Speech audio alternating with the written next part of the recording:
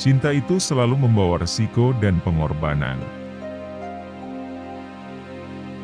Jadi orang itu jangan seperti toge.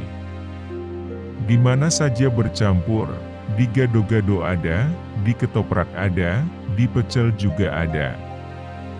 Makanya toge tidak ada yang lurus. Hidup ini bagaimana mempermudah masalah, bukan mempersulit atau mencari masalah. Allah tidak suka orang sombong, apalagi miskin sombong. Orang yang cerdas ialah orang yang paling banyak mengingat mati dan siap membekali diri menuju kematian. Ilmu membuat hidup lebih mudah, seni membuat hidup lebih indah, agama membuat hidup lebih terarah. Banyak tahu, tapi tidak tahu banyak. Merasa pintar, tapi tidak pintar merasa. Tidak ada orang jatuh miskin karena dia dermawan, dan tiada orang kesusahan karena menolong orang. Ambil yang perlu, nikmati yang boleh, janganlah dunia membuat cacat akhiratmu. Teman sejatimu adalah teman yang membuat Anda jadi benar, bukan yang selalu membenarkan Anda. Cantik itu tidak melulu wajah indah, kulit bening dan aroma yang wangi. Tapi cantik itu indahnya bersabar, beningnya syukur dan wanginya kemampuan memaafkan. Ini dunia, ambil apa yang perlu, nikmati apa yang boleh. Kalau bisa jangan gagal di dunia ini, tetapi jangan sampai merusak akhirat sedikit pun. Perlombaan materi tidak akan pernah membawa kita ke garis finish. Karena sifatnya sangat abstrak, bahkan akan mendorong kita seperti gurita. Cenderung kepada penyakit tamak bin rakus, alias serakah.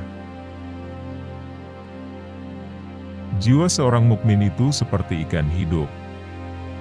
Meski puluhan tahun tinggal di air asin, tubuhnya tidak ikut menjadi asin. Orang yang bahagia adalah orang yang hatinya luas dan bisa mensyukuri nikmat. Semakin besar nilai kepemimpinan, semakin besar resikonya. Hidupkan agama, jangan malah cari hidup dari agama.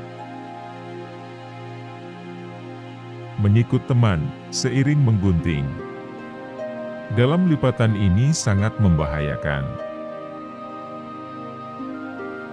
3 penyakit bangsa kita, kudis, kurang disiplin, kurap, kurang rapi, kutil, kurang teliti. 3 penyakit itu sumbernya, kuman kurang iman. Jika hadis berlawanan dengan otak, maka periksa hadisnya. Jika Quran bertentangan dengan otak, maka periksa otaknya. Musuh jangan dicari, kalau datang ya jangan lari. Orang yang gemar istighfar, Allah akan memberikan kemudahan di setiap kesulitan. Berani bercinta harus berani berkorban. Takut berkorban, tidak usah bercinta. Laki-laki diciptakan sebagai pembimbing perempuan.